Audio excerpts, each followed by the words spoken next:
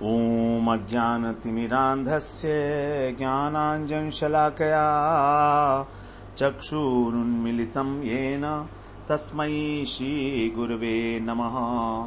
वन्देऽहं श्रीगुरो श्रीयुतपदकमलं श्रीगुरून् वैष्णवांश्च श्रीरूपं साग्रजातं सहगण रघुनाथान्वितं तं सजीवं साद्वैतं सावधूतं परिजनसहितं कृष्ण चैतन्यदेवं श्रीराधा कृष्णपादान् सहगण ललिता श्रीविशाखान्वितांश्च तमादिदेवं करुणानिधानं तमालवर्णं सुहितावतारम् अपार संसार समुद्र सेतुं भजामहे भागवत स्वरूपम्। हे देव हे दैत हे भुवनैक बंधो हे कृष्ण हे चपल हे करुणैक सिंधु हे नाथ हे रमण हे नयनाभिराम हा हा कदानुभवितासि पदं दृशोर्मे। श्री कृष्ण चैतन्य प्रभो नित्यानंद श्री अद्वैत गदाधर शिवासादि गौर भक्त वृंद। हरे कृष्णा कृष्णा कृष्णा हरे हरे हरे राम राम राम हरे हरे। हरे कृष्णा। सर्वप्रथम मैं अपने गुरुपाद पद्म ओम विष्णुपाद अष्टोत्तर शत श्री श्रीमद् भक्तिवेदांत माधव गोस्वामी महाराज के चरण कमलों में अनंत कोटि दंडवत प्रणाम ज्ञापन करता हूँ। हम लोग श्रीमद् भागवत पुराण में 5वां स्कंध श्रवण कर रहे हैं, जिसमें 18वें अध्याय में अनेक वर्षों का वर्णन किया जा रहा है। बताया गया है ये हमारा जो भूमंडल है इसके 7 द्वीप हैं, तो इसके अंदर जो जम्बू द्वीप है इसके सेंटर में, वो जम्बू द्वीप को भी फिर 10 वर्षों के अंदर जो है अलग अलग विभाजित किया गया है। सबसे सेंटर में इलावर्त है और इसके अतिरिक्त इसमें और बहुत सारे सब वर्ष हैं। तो उनके अंदर अब प्रत्येक वर्ष के अंदर किसकी उपासना होती है, भगवान का कौन सा विग्रह वहां पर विराजमान है और किस प्रकार उस विग्रह की स्तुति की जाती है उनके सेवकों के द्वारा, ये वर्णन हम लोग यहाँ पर 18वें अध्याय में श्रवण कर रहे हैं। तो सबसे पहले बताए भद्राश्व वर्ष के अंदर भगवान की हयग्रीव मूर्ति, जिन्होंने रसातल से वेदों को लाकर उद्धार किया था ब्रह्मा जी की प्रार्थना करने पर, तो वहां पर वो विराजमान है। और वहां पर भद्रश्रवा जो धर्म के पुत्र हैं और उनके सेवक, वो भगवान हयग्रीव की जो है स्तुति करते हैं। कहते हैं कि भगवान आपकी लीला बड़े विचित्र है। ये संसार के लोग जो हैं सब देखते हैं, अपने पिता और पुत्र की मृत्यु होते हुए देखते हैं, तो भी ये नहीं सोचते कि हमारी भी मृत्यु होगी, और स्वयं उनको जलाकर, उनकी लाश को जलाकर भी स्वयं जीने की इच्छा करते हुए संसार के भोगों को भोगते रहते हैं। अनेक प्रकार के पाप कर्म करते हैं और पापमय विचारों में लिप्त रहते हैं। इस प्रकार से ये सारे के सारे आपकी माया से मोहित हैं। ये बड़ा विस्मय कारक है, और आप जो हैं सर्व कारण होके भी इस जगत से अलिप्त है, अकर्ता है सब प्रकार से। फिर दूसरा बताया भगवान हरिवर्ष खंड के अंदर नरसिंह रूप से रहते हैं। नरसिंह रूप का जो वर्णन है वो नरसिंह भगवान का वो आगे 7वें स्कंद में होगा। तो यहाँ पर प्रहलाद जी जो निष्काम भक्त हैं, अनन्य भक्त हैं भगवान के, वे सभी महापुरुषों के गुणों से संपन्न, जिन्होंने अपने दैत्य और दानव कुल को पवित्र कर दिया अपने जन्म से, वो भगवान का जो है स्तुति करते रहते हैं नरसिंह देव की, कि आपको नमस्कार है। नरसिंह देव के विषय में बताया, प्रार्थना किया कि आप हमारी कर्म वासनाओं को जला दीजिए, अज्ञान रूपी अंधकार को नष्ट कर दीजिए और हमारे अंतःकरण में अभय प्रदान करिए। 3 चीजें उन्होंने अपनी स्तुति में कही। उसके बाद उन्होंने कहा कि हे नाथ, मैं चाहता हूं कि विश्व का कल्याण हो, सभी दुष्टों की बुद्धि सुधर जाए, सभी प्राणियों में आपस में सद्भावना हो, एक दूसरे का हित चिंतन करें, हमारा मन शुभ मार्ग में प्रवृत्त हो, हमारी बुद्धि निष्काम भाव से भगवान में प्रवेश करे। फिर बताते हैं कि यदि हमारी आसक्ति है तो केवल भगवान के भक्तों में होनी चाहिए। कहीं पर हमारी आसक्ति स्त्री, धन, पुत्र इत्यादि में ना हो जाए। तो केवल जीवन निर्वाह के लिए ही हम जो है इस संसार की वस्तुओं का उपयोग करें, ना कि इंद्रिय तर्पण, इंद्रिय तृप्ति के लिए नहीं, क्योंकि इंद्रियां तो आज तक कभी किसी की तृप्त हुई ही नहीं है और होंगी भी नहीं। तो इस प्रकार का जो व्यक्ति है उसको आपकी प्राप्ति, भगवत प्राप्ति बहुत शीघ्रता के साथ हो जाती है। फिर 11वें श्लोक में कहा कि जो भगवान के भक्त हैं उनके समागम से इतनी वीर्यवती कथाएं होती हैं, आपकी ऐश्वर्य, आपकी पराक्रम को गान करती हुई, जो कानों के रास्ते से जब हृदय में प्रवेश करती है तो हृदय के सारे अनर्थ, सारे पाप जो है नष्ट हो जाते हैं। तो ऐसे भक्तों का संग कौन करना नहीं चाहेगा। अब 12वां श्लोक बड़ा इंपॉर्टेंट श्लोक है। ये 12वां 13वां दोनों बहुत इंपॉर्टेंट श्लोक हैं, इसको हम लोग बड़े ध्यान से सुनेंगे। यस्यास्ति भक्तिर् भगवत्यचिंचना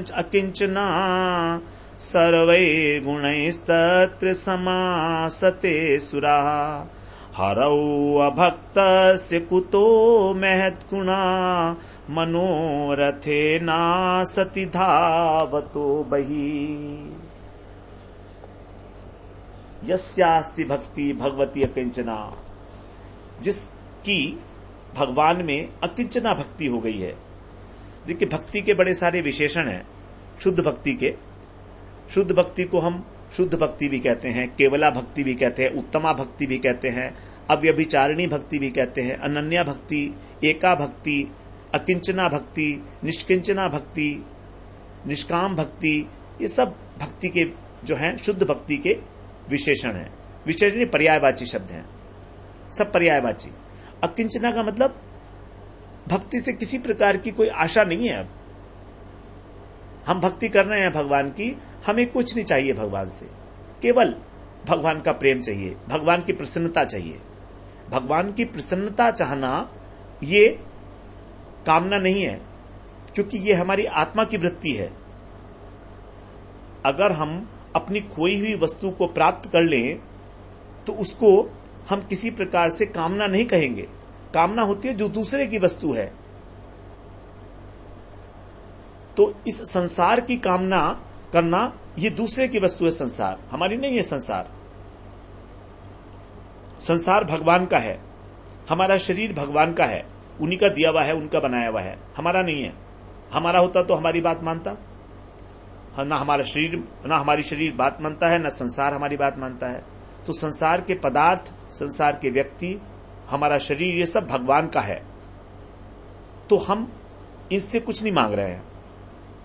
हम मांग रहे हैं हमारी जो आत्मा है उसके स्वरूप के अंदर जो भगवान के प्रति प्रेम सुप्त है, ऑलरेडी है, उस सुप्त प्रेम को जगाना चाहते हैं, सोए हुए प्रेम को। तो हमारी अपनी वस्तु है, तो अपनी वस्तु को प्राप्त करना किसी प्रकार की कामना नहीं कही जाएगी। तो जब हम भगवान से प्रार्थना करते हैं कि हे भगवान, आप हमें अपनी भक्ति दो, आप हमें कृष्ण प्रेम दो, तो इसको हम कामना नहीं कहेंगे, क्योंकि हमारी ही वस्तु है। इसलिए इसको कहा अकिंचना भक्ति, निष्काम भक्ति।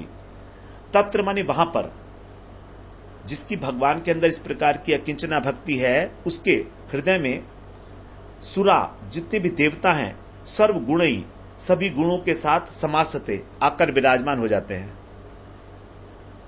तो सारे सद्गुण उस व्यक्ति के हृदय में विराजमान हो जाते हैं। सुरा माने देवता। यहां पर जो देवता हैं वो देवता स्वर्ग के देवता नहीं है, इंद्र, वरुण इत्यादि वो नहीं है। यहां पर देवता का अर्थ है जो भगवान के भक्त हैं, जैसे प्रहलाद जी हैं, भीष्म महाराज हैं। तो इनके अंदर जो भक्ति है वो हमारे अंदर आ जाए, उनके गुणों के साथ। तो सब गुणों के साथ समासते माने विराजमान हो जाते हैं। और हरऊ अभक्तस्य, जो भगवान की भक्त नहीं है, अभक्त हैं, उनके मनोरथेन है, मन में अनेक प्रकार की कामनाओं के कारण। मनोरथ का मतलब होता है मन जब रथ के ऊपर आरूढ़ होता है, मन रूपी रथ के ऊपर। तो मन रूपी रथ, मन एक रथ के समान है। तो जब मनुष्य मन रूपी रथ के ऊपर आरूढ़ होता है तो क्या करता है, अनेक प्रकार की कामनाएं करता है, क्योंकि मन की वृत्ति ही है कामना। संकल्प विकल्प करना और कामनाएं करना, इच्छाएं करना। तो अनेक अनेक संसार की कामनाओं के कारण उसको असत संसार में वो क्या करता है, असत संसार के अंदर जो संसार सत्य नहीं है उसकी ओर बही धावत है, बाहर भागता है। वो अंतर्मुखी नहीं होता, वो कृष्णमुखी नहीं होता, वो संसार मुखी होता है, बाहर भागने वाला। ऐसे बाहर भागते हुए अंतःकरण के अंदर जो अनेक अनेक कामनाएं जिसके अंदर हैं, संसार से मुझे ये भी मिल जाए, ये भी मिल जाए, तो उसके अंदर कुतो महद गुणा, ये महान गुण कैसे आएंगे भाई? महान गुण तो उसी में आएंगे जिसके हृदय के अंदर देवता प्रहलाद जैसे भक्त विराजमान है सभी गुणों के साथ। तो यस्यास्ति भक्ति भक्तिरचिंतना सर्व गुणैस्तत्र समाते सुरा। बड़ी सुंदर बात बताई यहां पर कि किस प्रकार से अकिंचना भक्ति के होने से हमको किसी भी प्रकार का कोई प्रयत्न नहीं करना कि हमारे अंदर अच्छे गुण आ जाएं, सद्गुण आ जाएं, वो अपने आप आ जाएंगे। आश्चर्य की बात है, अपने आप आएंगे।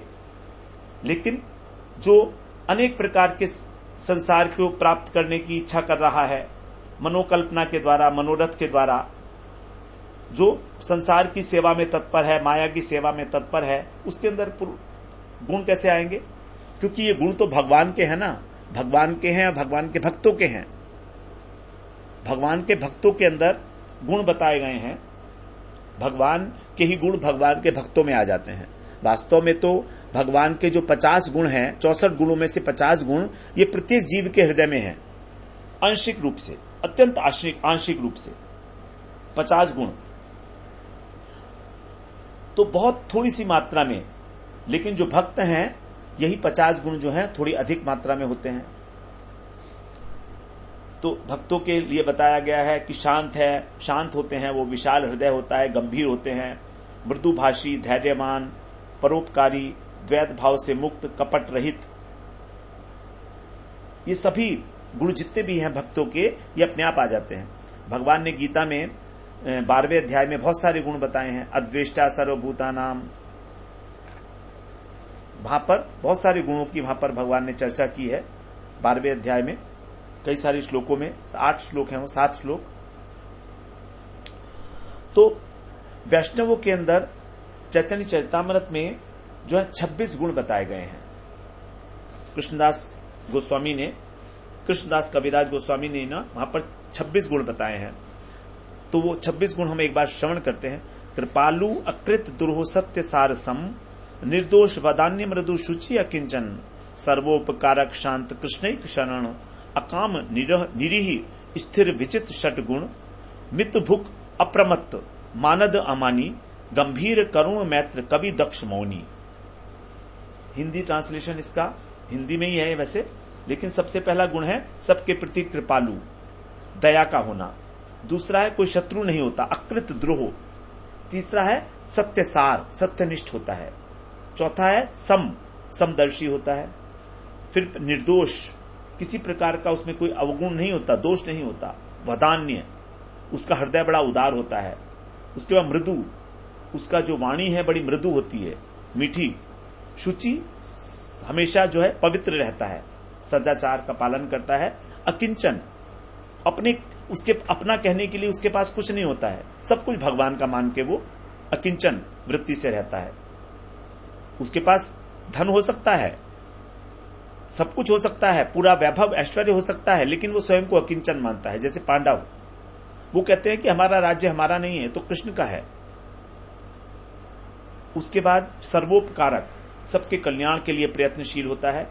शांत, कृष्णैक शरण, केवल एकमात्र कृष्ण की शरण लेने वाला। तो इन 26 गुणों में से ये वाला जो गुण है, ये स्वरूप लक्षण है वैष्णव का, कृष्णैक शरणम। क्योंकि अन्य गुण जो हैं अभक्तों में भी पाए जा सकते हैं। स्वरूप लक्षण वो होता है जिसके बिना वस्तु की हानि हो जाती है, नष्ट हो जाती है वस्तु। तो यदि वो कृष्ण, एकमात्र कृष्ण का ही शरण नहीं है, तो वैष्णव नहीं कहलाएगा। ये 12वां गुण है। उसके बाद अकाम, किसी प्रकार की कोई कामना नहीं है। और निरीह, विनम्र स्वभाव का होता है। स्थिर चित्त है। विजित षट गुण, 6 प्रकार के जो गुण हैं वो उसके अंदर होते हैं, इंद्रियों पर नियंत्रण रखने के। वाचो वेगम, मनसै क्रोध वेगम, ये जो है। उसके बाद मित भुक, अल्पाहारी होता है और अप्रमत्त, सावधान रहता है हमेशा। मानद, सबको मान देता है। अमानी, स्वयं सम्मान का भूखा नहीं होता। गंभीर होता है, कृपालु, करुण होता है, करुणा से भरा हुआ। मैत्र, सबके प्रति मैत्री भाव होता है। कवि अर्थात चतुर होता है। कवि का मतलब विद्वान, और दक्ष का मतलब पटु, चतुर होता है भजन करने में। और फिर मौनी अर्थात मौन धारण करता है। मौन का मतलब है कि केवल कृष्ण की चर्चा करना, यही मौन है। भक्तों के लिए मौन यही है। तो इस प्रकार के सारे गुण जो हैं उसके अंदर विराजमान हो जाते हैं। आगे श्लोक में कहते हैं 13वें श्लोक में, हरिर्हि साक्षात् भगवान शरीणा मात्मा झषाणामिमतोऽयमीप्सितम् हित्वा महांस्तम यदि सज्जते ग्रहे तदा महत्वं वयसादम पतिनाम। ही माने क्योंकि, झषाणाम मछलियों के लिए, ईप्सितम परम अभीष्ट क्या है, तोयम इव पानी के समान। तो मछलियों का जो अत्यंत प्रिय है, उनके जीवन का आधार है, वो क्या है, जल। तो उसके समान साक्षात भगवान हरि ही सभी शरीरधारियों की आत्मा है। तम महान, उन महत्तम पुरुष को छोड़कर यदि ग्रहे, यदि कोई घर में सज्जते माने आसक्त होता है, तब उस दशा में, तदा माने उस दशा में, दंपत्ति नाम स्त्री पुरुष का जो बड़प्पन है, महत्व है, वो वैसा केवल आयु को लेकर ही माना जाएगा, गुण की दृष्टि से नहीं है। चाहे स्त्री हो चाहे पुरुष हो, यदि वो बड़ा है तो केवल आयु की दृष्टि से है। यदि वो भगवान को छोड़ दिया है, भगवान को त्याग कर, ऐसे भगवान को त्याग कर, जो सभी के जो है प्रियतम है, आत्मा है। तो जैसे मछली होती है, तो मछली की आत्मा है जल, मछली जल के बिना नहीं रह सकती। उसी प्रकार से भगवान के बिना हम नहीं रह सकते, क्योंकि भगवान हमारी आत्मा है। इसीलिए उनको कहा जाता है परमात्मा, सर्वव्यापी परमात्मा। वे स्रोत हैं सभी प्राणियों के।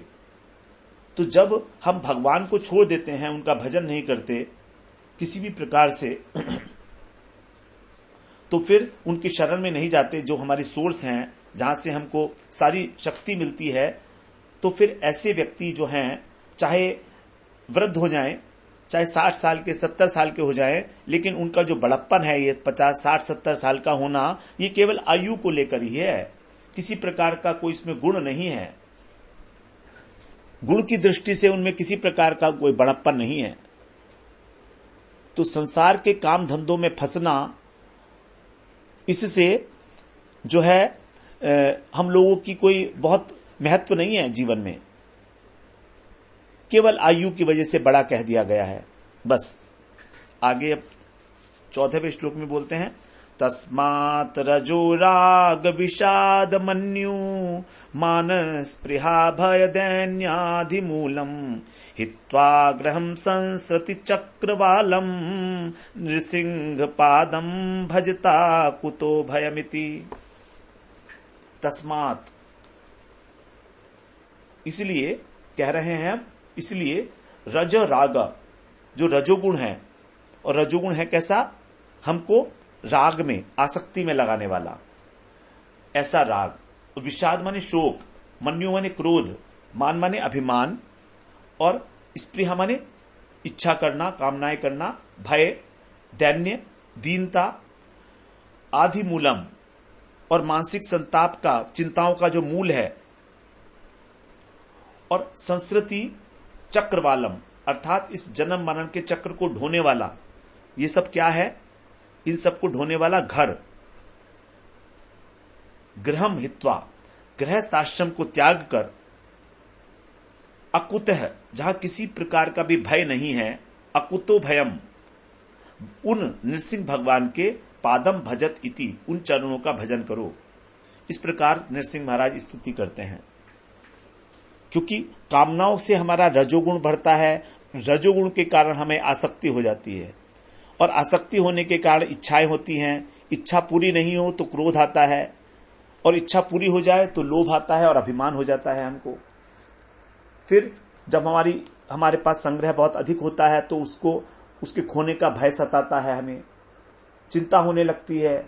इसीलिए कह रहे हैं कि इस सब का जो मूल है गृहस्थ आश्रम, उसको छोड़ो, तुम भगवान के चरणारविंद का भजन करो।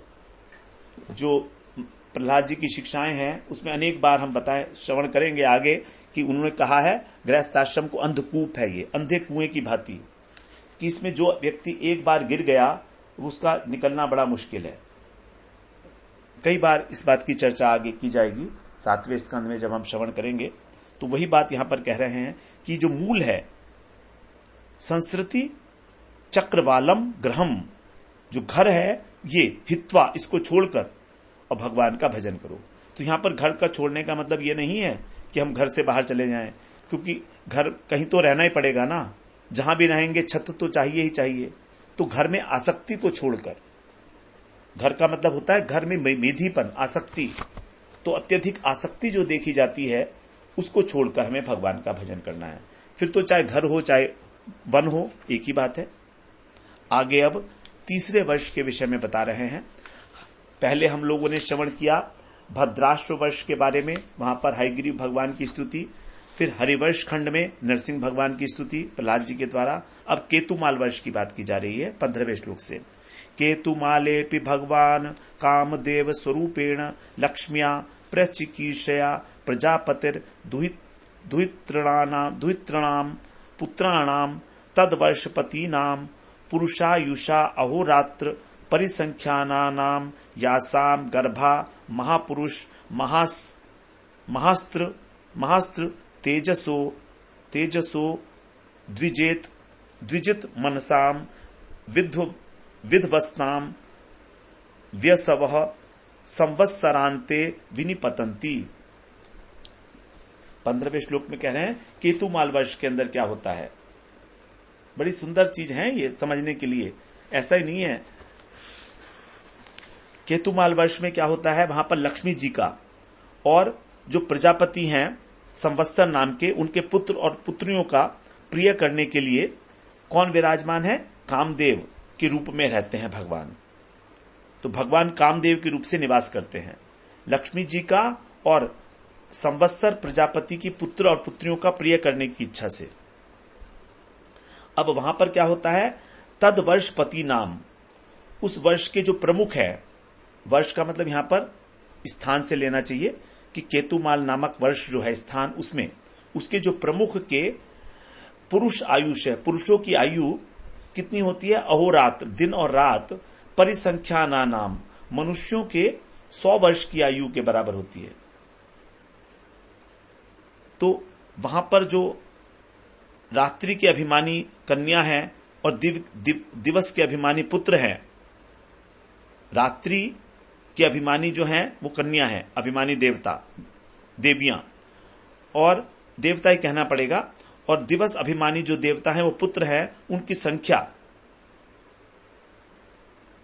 है, उनकी संख्या मनुष्य के 100 वर्ष की आयु के दिन और रात के बराबर, अर्थात 36,000 वर्ष के हैं, और वे ही उस वर्ष के अधिपति हैं।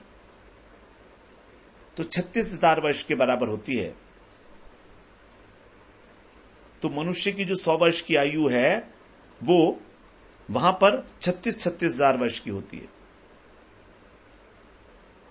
और वे जो कन्याएं हैं उनके गर्भ से, यासाम गर्भ, जिनके गर्भ से नहीं, यासाम गर्भा, जिनके गर्भ महापुरुष जो परम पुरुष भगवान हैं, उनका जो महास्त्र तेजसा, सुदर्शन चक्र के तेज से उद्वेचित माने उद्विग्न होने के कारण उनका मन उद्विग्न हो जाता है, इसलिए नष्ट प्राय, उनके जो गर्भ है नष्ट प्राय हो जाते हैं, और व्यसव स्थान से च्युत होकर संवत्सरांते विनिपतंती, वर्ष के अंत में गिर जाते हैं। भगवान का जो सुदर्शन चक्र है उसके द्वारा, तो वहां पर भगवान जो हैं स्वयं भी आनंद लेते हैं नहीं नहीं, भगवान लक्ष्मी जी का और संवत्सर प्रजापति का प्रिय करने के लिए वहां पर कामदेव के रूप से विराजमान है। इस प्रकार से यहां पर बताया उन्होंने। तो यहां पर प्रजापति की जो पुत्रियां हैं वो रात के, और पुत्र जो है वो दिन के नियामक देवता माने गए हैं। संवत्सर का अर्थ होता है वर्ष, एक वर्ष जैसे हमारा होता है 365 दिन का, उसको कहते हैं। तो इनकी संतान जो है वो अब यहां पर जो है कामदेव का मतलब है प्रद्युम्न जी, कृष्ण के जो पुत्र हैं प्रद्युम्न के रूप में प्रकट होते हैं, क्योंकि वो विष्णु तत्व हैं। और चतुर्व्यूह के अंदर हमारे प्रद्युम्न भी हैं, वासुदेव, संकर्षण, प्रद्युम्न, अनिरुद्ध। तो ये भगवान जो है प्रद्युम्न के रूप में, कामदेव के रूप में भौतिक शरीर को वहां पर धारण करते हैं। इस प्रकार से यहां पर बताया गया। आगे अब 16वें श्लोक में कह रहे हैं, अतीव सुललित गति विलास विलसित रुचिर हास लेशावलोक लीलया किंचित उत्तंभित सुंदर भ्रूमंडल सुभग वदनारविंद श्रिया रमाम रमयन इंद्रियाणी रमयते। वहां पर क्या करते हैं भगवान, अपनी सुललित गति विलास से, अत्यंत सुंदर लालित्यपूर्ण चाल से चलते हैं भगवान कामदेव अर्थात प्रद्युम्न। और उनकी मुस्कान अत्यंत मनोहर है, मंद मंद मुस्कान है। और उनकी जो भ्रकुटियां हैं वो जब उनको ऊपर उठाते हैं थोड़ी सी किंचित, तो फिर लीला पूर्वक वो सबको देखते हैं। उनकी जो चितवन है वो बड़ी सुंदर है, मनोहर लीलापूर्ण चितवन है। और उनका जो वदनारविंद है, उनका जो मुखमंडल है, उसकी शोभा बहुत बढ़ जाती है, उससे सौंदर्य उससे निकलने लगता है, उड़लता है। इस प्रकार से जो सौंदर्य की देवी लक्ष्मी जी हैं वो उनको आनंदित करते हैं और स्वयं भी आनंदित होते हैं। तो भगवान यहां पर जो लक्ष्मी जी को भी आनंद देते हैं और स्वयं भी आनंदित होते हैं। तो दोनों में ही आनंद की प्रक्रिया चलती है, समान रीति से, समान रूप से। और वहां पर फिर लक्ष्मी जो है उनकी स्तुति करती हैं, वो आगे बताएंगे। 17वें श्लोक में कह रहे हैं, तद भगवतो मायामयम रूपम परम समाधि योगेन रमा देवी संवत्सरस्य रात्रिषु प्रजापतिर दुहित्रभिर उपेताः सुच तद भृत्यभिर उपासते इदम चोदाहरति। तत्मने लक्ष्मी जी वहां पर फिर क्या करती हैं, संवत्सर की अवधि में दिन के समय प्रजापति के पुत्रों के साथ और रात्रियों में पुत्रियों के साथ मिलकर, दिन में पुत्रों के साथ और रात्रि में पुत्रियों के साथ मिलकर जो परम दयालु कामदेव हैं उनके रूप में भगवान की पूजा करती हैं। और भक्ति में लीन होकर आराधना करते हुए वो इस प्रकार से मंत्रों का जाप करती हैं। तो यहां पर मंत्रों को कहा गया है कि किस प्रकार से भगवान प्रद्युम्न का जो है वो स्तुति की जाती है, उसके विषय में अब 18वें श्लोक में कहा गया है। ओम ह्राम ह्रीम ह्रूम ओम नमो भगवते ऋषिकेशाय सर्वगुण विशेषैर विलक्षितात्मने आकूतीनाम चित्तीनाम चेतसाम विशेषणाम चाधिपतये षोडश कला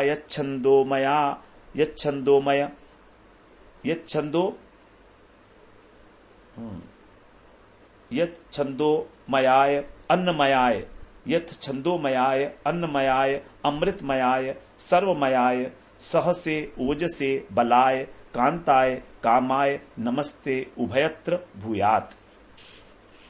ये स्तुति है जो लक्ष्मी जी कर रही हैं। कहती हैं कि जो इंद्रियों के नियंता हैं, सभी इंद्रियों के नियामक हैं और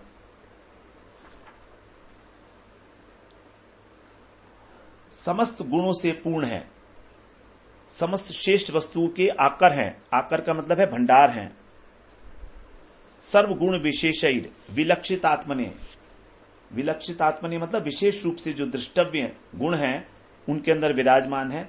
आकुति नाम अर्थात सब प्रकार के कार्यों के, चित्ती नाम सब प्रकार के ज्ञानों के, और चेतसाम सब प्रकार के संकल्पों के जो आधार है, अर्थात क्रिया शक्ति, ज्ञान शक्ति और संकल्प इत्यादि जो चित्त के धर्म हैं और उनके विषयों के जो अधीश्वर हैं। ऐसे भगवान 11 इंद्रियां और 5 विषय, षोडश कलाएं, ये आपकी 16 कलाएं हैं। इनके अंग स्वरूप 5 इंद्रियां और जो है 5 इंद्रियों 11 इंद्रियां, 5 ज्ञानेन्द्रियां, 5 कर्मेंद्रिय और 1 मन और 5 विषय। और कैसे हैं आप? छंदोमयाय, अर्थात वेदोक्त कर्म से प्राप्त होते हैं। और आप कैसे हैं? अन्नमय हैं। आप अन्नमय मतलब सभी जीवात्माओं को भरण पोषण करते हैं। अमृतमयाय, आप अमृतमय हैं। और आप सर्वमयाय, सर्वमय हैं, अर्थात सर्वव्यापी हैं। उन सह से माने शक्तिमान, मानसिक शक्ति, मन की शक्ति को बोलते हैं सह। ओजसे माने इंद्रियों की शक्ति और बल माने शरीर की शक्ति। तो ऐसे आप मन, इंद्रियां और शरीर की शक्ति स्वरूप परम सुंदर भगवान, कांताय माने सभी जीवात्माओं के भर्ता, स्वामी, और कामाय माने सभी आवश्यकताओं को पूरा करने वाले, ऐसे आपको हम नमस्कार करती हैं। आपको सब प्रकार से नमस्कार हो इन बीज मंत्रों के सहित। 4 बीज मंत्र हैं यहां पर, ओम, ह्रांग, ह्रींग, ह्रूम, ये बीज मंत्र हैं। तो आपको सब ओर से नमस्कार हो, सदैव नमस्कार हो। इस प्रकार से लक्ष्मी जी यहां पर स्तुति करती हैं भगवान की। तो यहां पर जो भगवान की शक्तियां हैं वो बताई। परास्य शक्ति विविधै श्रूयते, भगवान के अनेक प्रकार की शक्तियां हैं, लेकिन यहां पर जो है बताई गई कि हमारा जो शरीर है, मन है, इंद्रियां है, कर्म इत्यादि, ये सब भगवान, इन सब की शक्ति जो है भगवान के संकल्प मात्र से ही पूरी हो जाती है। भगवान ही मूल स्रोत हैं इस सारी शक्ति के। तो ये शक्ति के विषय में है सारा का स्रोत, सारा का सारा श्लोक। क्रिया शक्ति, ज्ञान शक्ति, संकल्प शक्ति, संकल्प मतलब इच्छा शक्ति। जैसे हम लोग श्रवण किए ना, चेतन वस्तु के अंदर 3 शक्तियां होती हैं, क्रिया शक्ति, अनुभव शक्ति और इच्छा शक्ति। उसी को यहां पर कहा गया। क्रिया शक्ति मतलब आकुति नाम, चित्ती नाम मतलब ज्ञान शक्ति अर्थात अनुभव शक्ति, और फिर चेतसाम विशेषणाम, चित्त की अर्थात मन की जो संकल्प शक्ति है, इच्छा शक्ति, उसके विषय में। तो इसके आप अधिष्ठवर हैं और 16 कलाएं हैं आपके अंदर। तो इस प्रकार से, और 3 प्रकार के बल बताए। मन का बल है सह, इंद्रियों का बल है ओज, और शरीर का बल है बल। शरीर के बल को बल कहा जाता है। इस प्रकार से लक्ष्मी जी के द्वारा स्तुति हुई। अब 19वें श्लोक में कहती हैं, स्त्रियो वृतस्त्वा ऋषिकेश्वरम स्वतो याराध्य लोके पतिमाशतेन्यम तासाम नते वै परिपान्त्य पत्यम प्रियम धनायुषि यतो स्वतंत्राः। यहां पर कह रही हैं, हे भगवान आप कौन हैं? उन इंद्रियों के अधीश्वर हैं आप, इंद्रियों के नियंता हैं।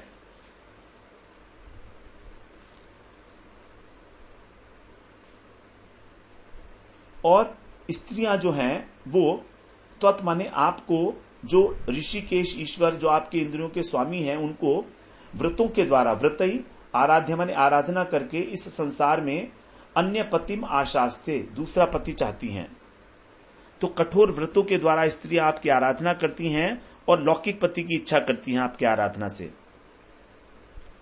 निश्चित रूप से तासाम माने उन स्त्रियों के जो प्रिय हैं, और अपत्य माने पुत्र हैं, और उनका धन है और उनकी आयु है, उसकी परिपांति न, वे रक्षा नहीं कर सकते। जो लौकिक पति है स्त्रियों के, वो किसी प्रकार की रक्षा नहीं कर सकते, उनकी ना तो उनके पुत्र की, ना धन की, ना आयु की। क्यों? क्योंकि वे स्वयं ही अस्वतंत्र हैं। यतो स्वतंत्रता। तो जो व्यक्ति स्वयं स्वतंत्र नहीं है वो किसी की क्या रक्षा करेगा?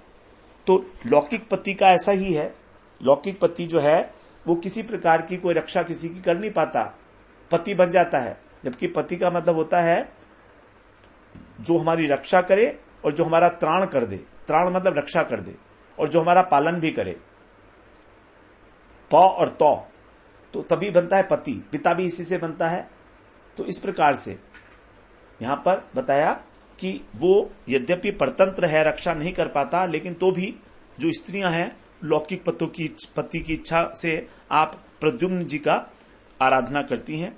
20वें श्लोक में बोलते हैं, सवई पतः स्यात् कुतो भय स्वयं समन्ततः पाति भयातुरं जनम स एक एवेतर्था मिथो भयम नैवात्मलाभादधिमन्यते परम। निश्चित रूप से, वही माने निश्चित रूप से, सौ माने वही, पति स्यात्, सच्चा पति वही है जो स्वयं अकुत है, स्वयं कहीं से भी जिसको भय ना हो, किसी से भयभीत ना हो, वही वास्तव में पति है जो स्वयं निर्भय हो। और भय आतुरम जन्म, और भय से व्याकुल लोगों की सब प्रकार से समन्ततः माने सब प्रकार से उनकी रक्षा कर सके, तो वही पति वास्तव में पति है। तो ऐसे पति जो है आप केवल एक ही हैं। स एक एव एतरथा, केवल एक ही पति हैं आप।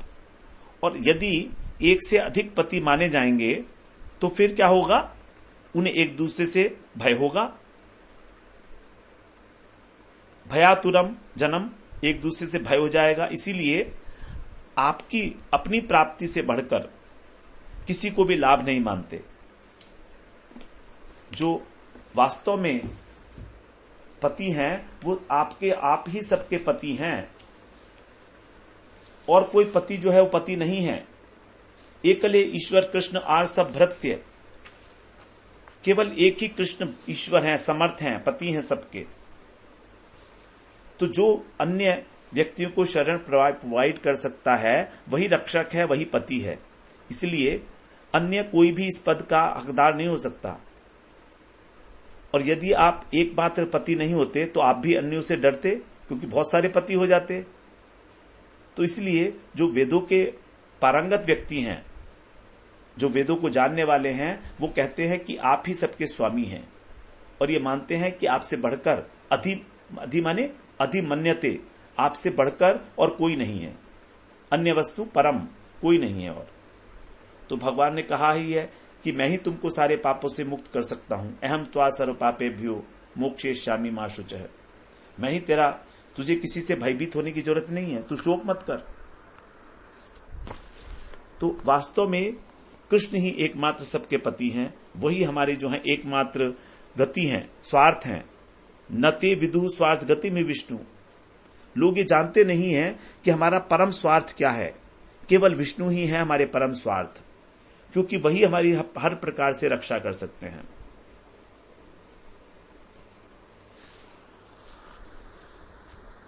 अब आगे कह रहे हैं, या तस्य ते पाद सरोरुहार्णम निकामयेत् साखिलकाम लकाम लंपटा तदेव राशीप्सितमीप्सितोर्चितो यद भग्न यांचा भगवन् प्रतप्यते। हे भगवान, जो स्त्री शुद्ध प्रेमवश आपकी आराधना करती है, आपके चरण कमलों की, पाद सरूरु है, निकामयेत, उसकी समस्त कामनाओं को आप पूरा करते हो, समस्त लौकिक कामनाओं को भी आप पूरा करते हो। लेकिन यदि कोई स्त्री किसी विशेष प्रयोजन से करती है तो भी आप उसकी कामनाओं को पूरा कर देते हो। तो जो निष्काम भाव से करती है वो भी उसकी भी करते हो, और जो कामना को लेकर करती है उसको आप वो वस्तु दे देते हो। लेकिन जब भोग समाप्त हो जाए तो वस्तु नष्ट हो जाती है, फिर वो मन मन में सोचती है कि मैंने क्या मांग लिया, तब उसको संतप्त होना पड़ता है। यद भग्न यांचा भगवन प्रतप्यते, उसको पीड़ा प्राप्त होती है। हे भगवान, उसको पीड़ा प्राप्त होती है, क्योंकि बाद में उसका जो वस्तु है वो नष्ट हो जाती है। लौकिक वस्तु जो है वो तो नष्ट ही हो जाएगी। इसलिए किसी भी भौतिक लाभ के लिए भगवान की उपासना नहीं करनी चाहिए। यद्यपि भगवान कहते हैं कि मैं तुम्हें सब कुछ दूंगा, अकाम है सर्व कामो वा मोक्ष कामो उदारधि, मैं तुम्हें सब कुछ दूंगा। जो सर्व काम है उनको भी भगवान से ही उपासना करनी चाहिए। लेकिन जैसे ध्रुव महाराज को भी भगवान ने सब कुछ दिया, ध्रुव लोक दे दिया जो सबसे ऊंचा है, लेकिन तो भी ध्रुव महाराज खुश नहीं थे, खिन्न थे। जब भगवान से वरदान लेकर घर लौटे तो वहां पर लिखा था कि खिन्न मन से लौटे, उदास थे थोड़े। उन्होंने सोचा कि देखो मैंने क्या मांग लिया भगवान से, क्या मिल गया मुझको, भगवान के चरणों की सेवा तो मिली नहीं। ठीक है, ध्रुवलोक है, बहुत ऐश्वर्य है वहां पर, बहुत समय तक विराजमान रहेगा वो, लेकिन फिर भी सेवा तो नहीं मिली ना। तो इस प्रकार से वो उनको संतप्त होना पड़ता है, जो आपके अतिरिक्त कुछ और मांगते हैं।